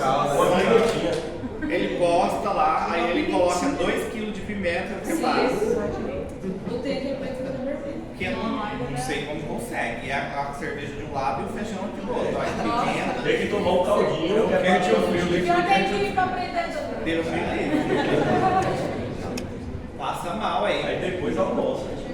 Depois almoça. Aí Não depois é você come a almoço. feijoada normal, é só o caldinho. Aquilo ali é só pra abrir o apetite. É só pra abrir o apetite. Aí só pra abrir o apetite. Opa! Não, mas ultimamente ninguém quer abrir o apetite mais. Tá todo mundo fechado. Porque aí inibiu, eu falo assim, gente, por favor. Vai atrapalhar o negócio. Aqui, observe que a febre é um pouquinho mais pronunciada do que na dengue, certo? A artralgia é maior aqui no nosso paciente também. Tá? O paciente tendo o quê? Muito mais dor, chikungunya, certo? Aqui, quadro comparativo também dores. Normalmente, dengue, o que a gente fala? O paciente tem mais dor o quê? Muscular. E na chikungunya, o paciente tem mais o quê? Dor nas articulações. Diferencial aí pra gente. O que acontece? O paciente que ele teve quadro, chegou a ter uma chikungunya, ele vai depois manifestar algumas fases. Pode ser uma fase que a gente fala subaguda, esse paciente vai continuar tendo dor persistente, principalmente o quê? Artralgia, que normalmente costuma inflamar diretamente as articulações e os tendões, e pode percorrer o quê? Por mais de 3 meses, e tem paciente que fica aí por mais de 1 ano, que ele pode manifestar ainda com dor. Normalmente isso pode acontecer em 30 a 60% dos pacientes, que eles sentem muita dor. Isso aqui não é porque o paciente ele tem o quê? O vírus propriamente ainda o quê? Alojado ali. O vírus normalmente já foi, mas ficou pequenas partículas, restos virais, e isso ficou aonde? Acumulou principalmente nas articulações. E ali vem parasitando principalmente macrófagos, fibroblastos, que são células dessas regiões, e começa principalmente o que? A gerar uma resposta inflamatória. Começa a induzir uma inflamação. E aí é onde o paciente começa a sofrer o que? A fase crônica. Isso é estimulado principalmente por quem? Por interleucina 6, fator de necrose tumoral, e principalmente por interleucina do tipo 1. E aí é onde o paciente ele sente o que? Muita dor. Não é que ele ainda tem um quadro aqui do vírus ainda, mas são o que? Pequenas partículas que ficaram do vírus e ela se acumulou principalmente aí. E o paciente ele sente o que? Muita dor. Principalmente ao levantar, ele não se anima de forma alguma a levantar, porque ele fica totalmente o que? Rígido, as articulações elas inflamaram. O paciente ele não quer se locomover ou não quer se mexer diretamente porque ele sente muita dor. Tratamento para esse paciente aqui seria ideal que a gente desse para o paciente o quê? Nesse caso aqui um corticoide para ajudar ele. Só que nem todos os pacientes podem utilizar o quê? Corticoide. Nem todos. Por quê? Já tem alguma comorbidade? Muito bem, qual delas? Diabetes ou hipertensão, muito bem?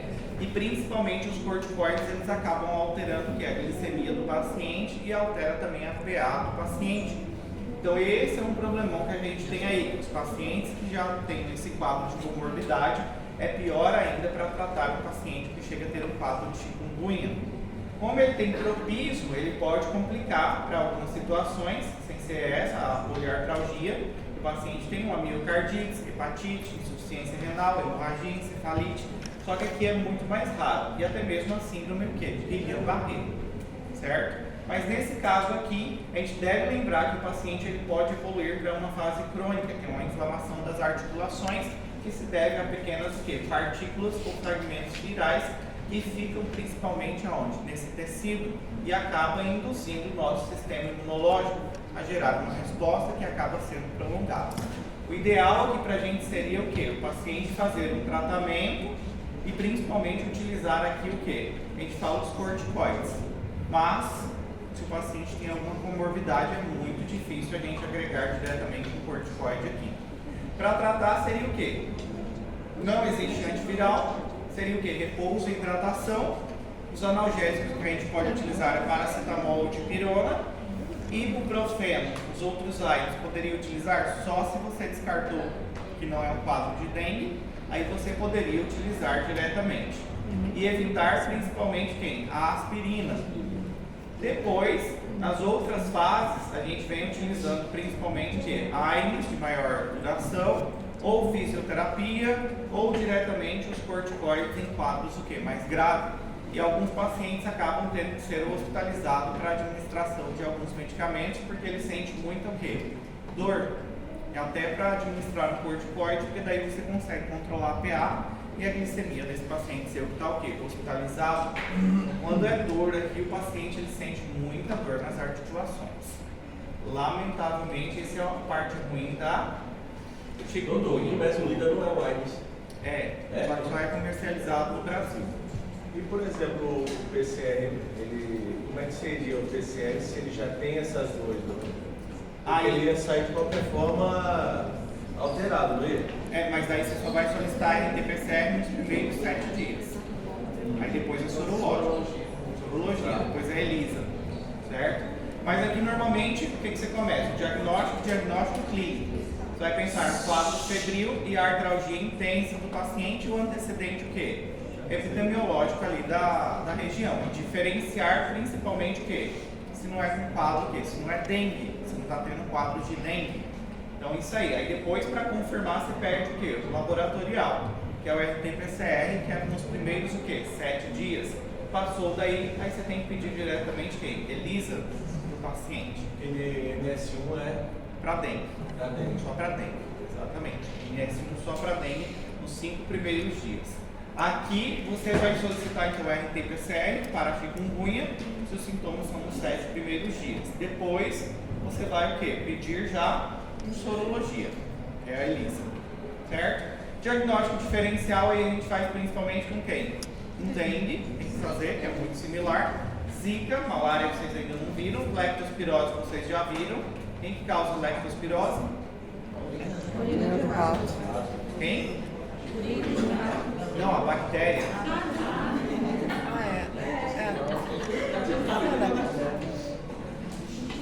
Como se chama a bactéria que causa leptospirose?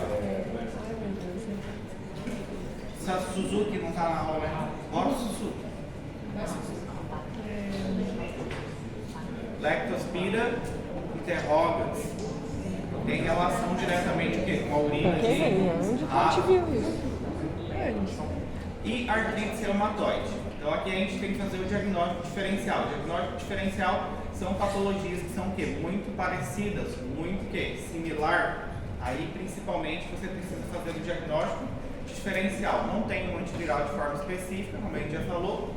Como que a gente trata o nosso paciente também. Proteção e controle aqui seria o quê? Uso de repelente, uso de tela, eliminar os criadouros, essas coisas aí, certo?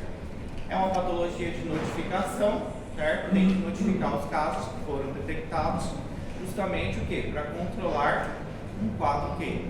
De endemia ou epidemiológico ali próximo. Certo? Tranquilos até aí? Não.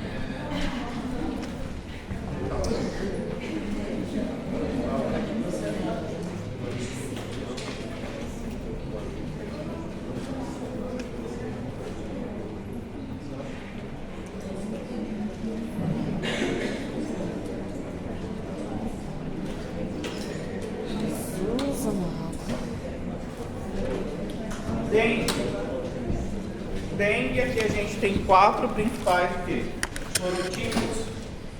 Aqui a gente costuma falar que a dengue também ela é transmitida através do quê? Da picadura, certo? E a gente tem 4 sorotipos aí, que é a dengue tipo 1, 2, 3 e 4. A pior pra gente aqui é a dengue tipo 2 e a tipo 3.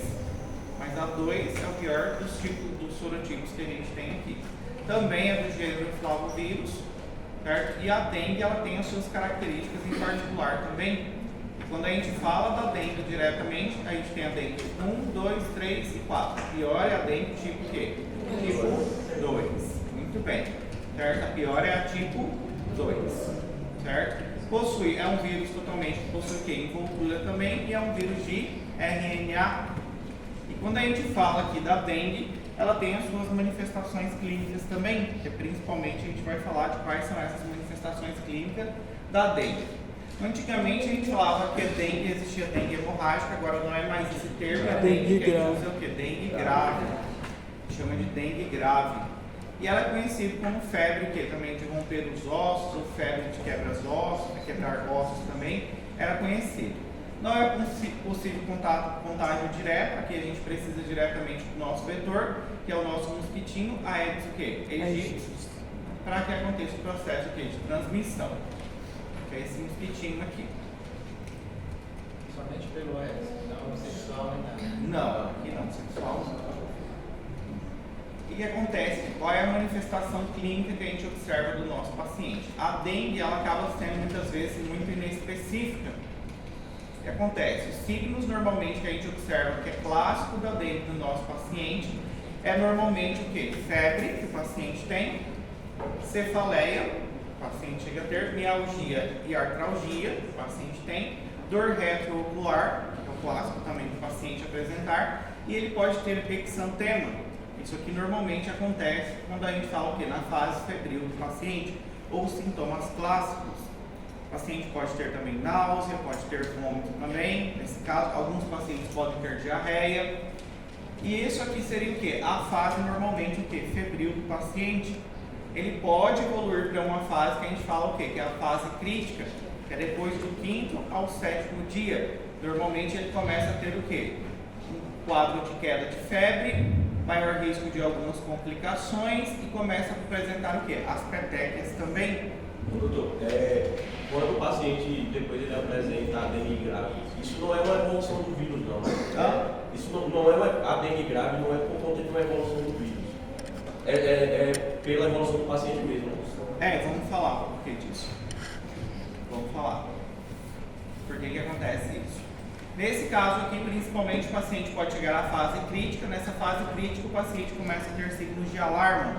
Quais são eles? Dor abdominal intenso, vômito muitas vezes persistente, hemorragia, o paciente fica mais lento, mais sonolento. Isso são características que a gente começa a observar no paciente. É no dengue que a gente fala o quê? Quadro moderado, já tem signos de alarme. Dor abdominal intenso, vômito persistente, hemorragia, gengival, por exemplo, pode começar a apresentar. Sonolência, inquietude, esses já são signos de alarme. Sim, Professor, a artralgia na dengue ela também é simétrica ou é só na chikungunya? Só na chikungunya, que é clássico.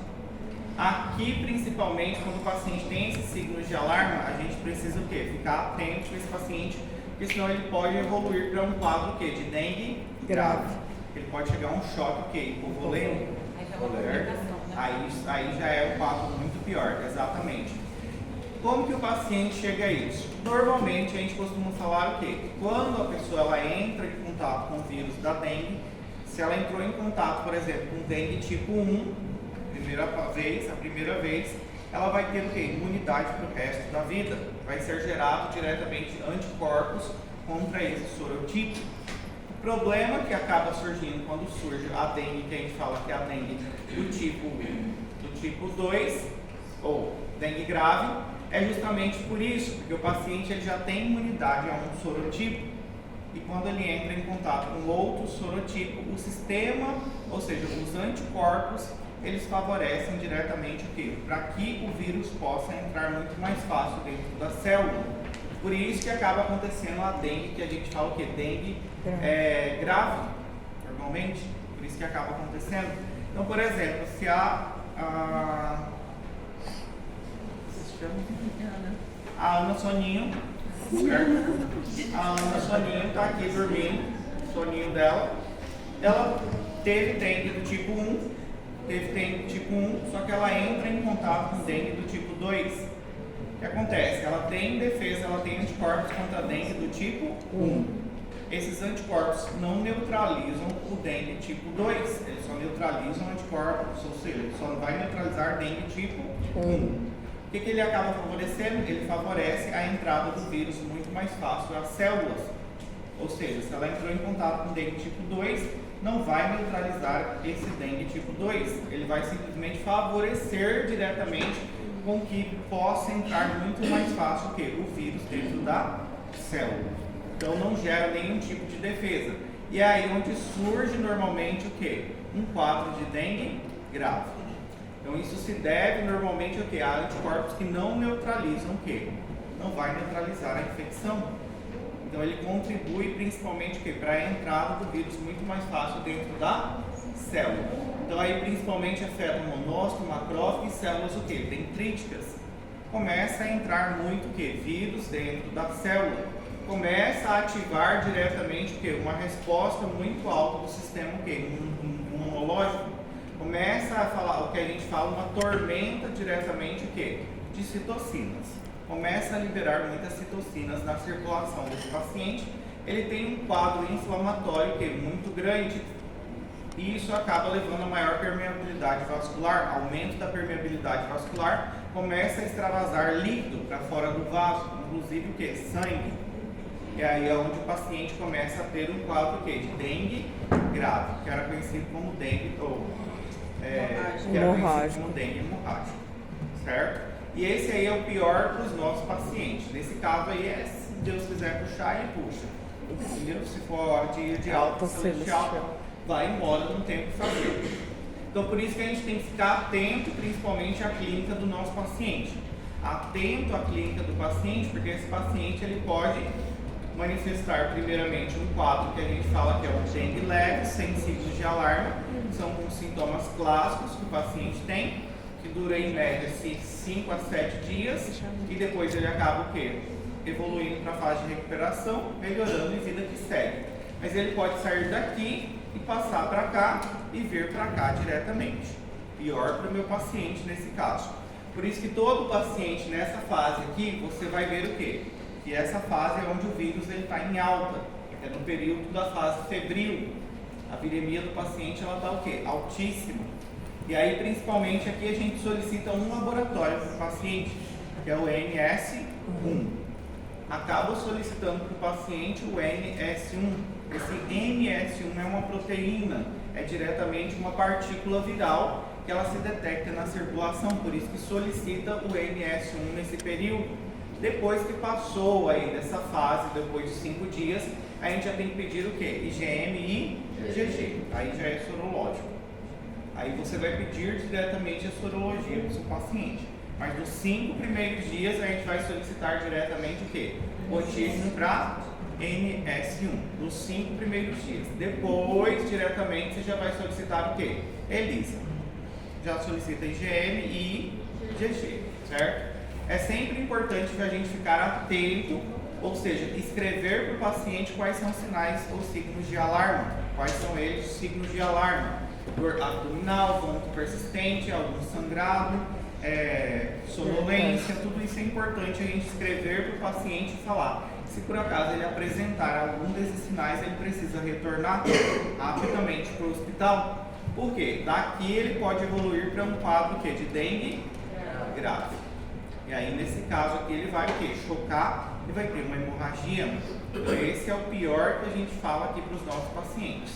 Então nesse caso, se é uma dengue sem signo de alarme, como que a gente trata? A gente classifica ele como? Trata como ele? Hidratação. Hidratação e o que mais? Não dá AINES para esse paciente. Por que não dá AINES? E principalmente aspirina. Por que não dá aspirina? A aspirina, ela é o quê? Um antiagregante plaquetário. Ela bloqueia totalmente as nossas plaquetas. E esse bloqueio que ela faz é de forma irreversível. O que significa? Que enquanto essas plaquetas não forem substituídas, não vai ter o quê? Agregação plaquetária. Normalmente, qual que é o tempo de vida das nossas plaquetas?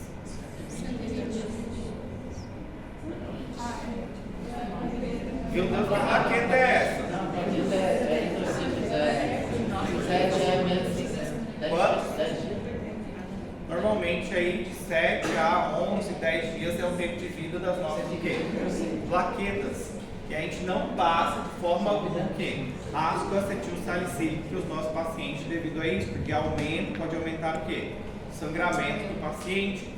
Os outros AINES também não indicamos. Por que não indicamos? Porque eles também podem levar o paciente a um quadro de sangramento, ibuprofeno, nimesulida, cetoprofeno.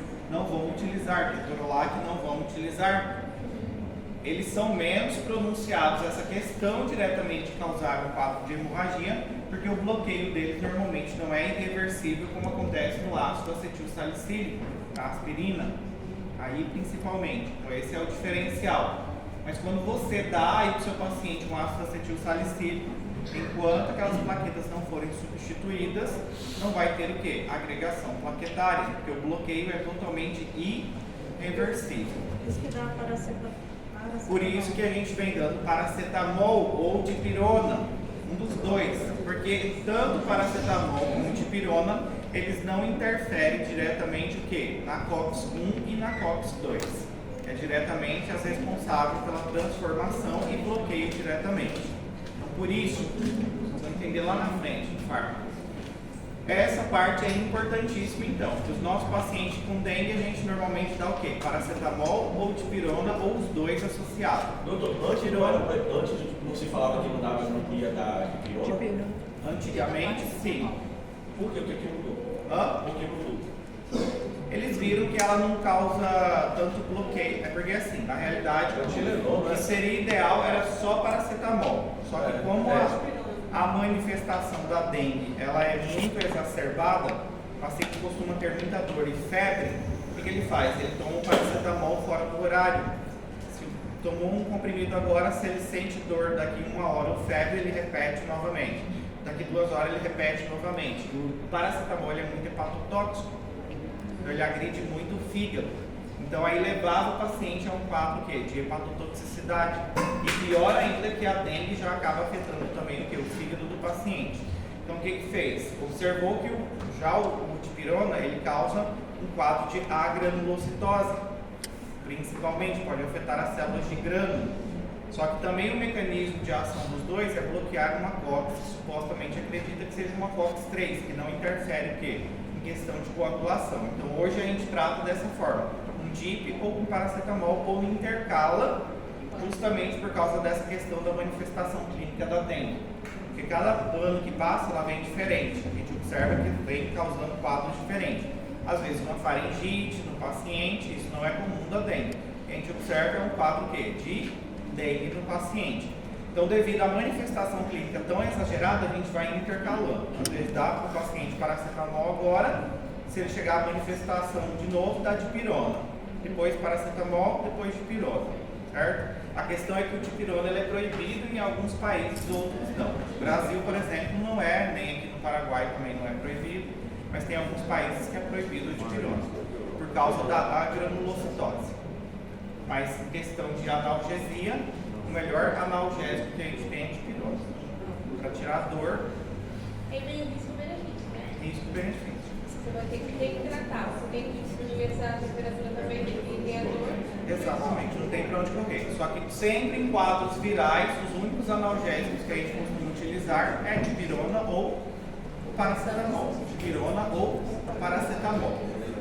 Certo? Aqui é importante o paciente, nesse caso aqui, que é o paciente que a gente fala o quê? Que é o paciente com fase febril ou paciente que tem sintomas sem signos de alarma de dengue, a gente trata ele como se fosse do grupo o quê? A. E aqui normalmente é o quê? A gente passa para casa medicamento, analgésico para o paciente, hidratação por via o quê? Oral. Escreve para ele quais são os signos de alarma, se caso ele manifestar, ele deve retornar. Se ele chegar a ter um quadro de dengue com signos de alarma, aí esse paciente já vai ser um paciente o quê? Ele já vai permanecer aonde? Internado. A hidratação dele vai ser o quê? Endovenosa. Aí ele já vai ficar ali e você vai observar também o quê? Os signos vitais do seu paciente. Vai solicitar principalmente observar o quê? As plaquetas do seu paciente, se elas estão caindo, se elas estão diminuindo, porque senão esse paciente pode chegar ao paciente o quê? De dengue grave, que é o paciente do grupo C, que ele já vai para onde? Para UTI. Aí muito pior para a gente. Vacina, existe aí a vacina, só que ainda não está para todas as pessoas, certo? Mas já tem uma vacina aí para dengue. Mas hoje a única forma que a gente tem para controlar a dengue seria o quê? Eliminação do vetor. Se todas as pessoas fossem conscientes, a gente conseguiria o quê? Eliminar. Mas infelizmente não adianta. As pessoas deixam ainda muita coisa virada, planta, né, Paulo? Deixa as plantas cheias de água, já dedado no cerco. Pois é, minhas plantas nem ficam expostas. Mas é isso de Isso aí dengue. não corre risco, não. Tá bem? Agora eu vou explicar para vocês mais ou menos como vai ser a prova de vocês. Paramos por aqui hoje. A prova de vocês, normalmente ela vai ter 9 questões, se eu não me engano é 9 ou 10. E aí o que é importante vocês se aterem? A primeira pergunta é sempre relacionada à suspeita e diagnóstico. Qual seria o diagnóstico do paciente? E aí está perguntando o que o paciente tem. Se é dengue, qual dengue? Dengue sem signos de alarma, ou dengue leve, ou dengue diretamente o quê? Grave. Aí vocês vão colocar de acordo, por exemplo, com clínica do paciente. Qual seria a outra pergunta? É a característica do vírus.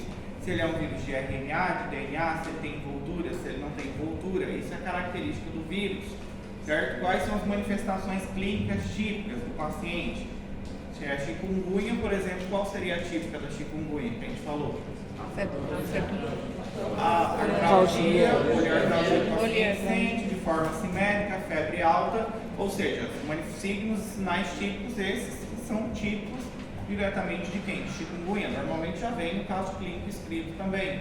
Depois outra pergunta poderia ser qual o diagnóstico do paciente, qual o diagnóstico laboratorial que poderia ser utilizado? RT-PCR para chikungunya, por exemplo, se dá dependendo de que tempo. Aí lá no caso clínico vai contar quanto tempo o paciente está, certo? Isso aí, quais são as complicações que o paciente poderia ter? Não, complicações. Se é chikungunya. Diagnóstico. Simplesmente Guillain-Barré, muito bem, uma hepatite, uma miocardite, essas são as complicações. Diagnóstico diferencial. Aí entra dengue. Hã? Entra dengue, Zika, malária. muito bem. Malária, super bem. Certo? Complicações. Depois, qual seria a forma de fazer profilaxia? Eliminar o vetor? Seria prevenção? Não, profilaxia. Profilaxia, eliminação do vetor. Olha aí, viu? Fácil. E depois, como que a gente pode tratar? Hidratação, dipirona, Dependendo paracetamol. da gravidade. Sintomatologicamente, com analgésico, não tem o que? Antiviral de forma específica, evitar da ácido acetil salicílico, no caso aí se é dengue, certo? Essa vai só. Doutor, no caso, essas perguntas viriam fechadas ou abertas? Não, aberto. O diagnóstico provável, a gente pode colocar o quê? Síndrome febril, síndrome A dolorosa. administração de medicamento também pode ser. A administração do medicamento também pode ser. Se você der um medicamento. Tratamento sintomatológico. Professor, a impressão diagnóstica é o mesmo que o diagnóstico provável? Mas aí eu posso colocar essas síndromes. Tipo assim, síndrome febril, se meu paciente apresenta febre.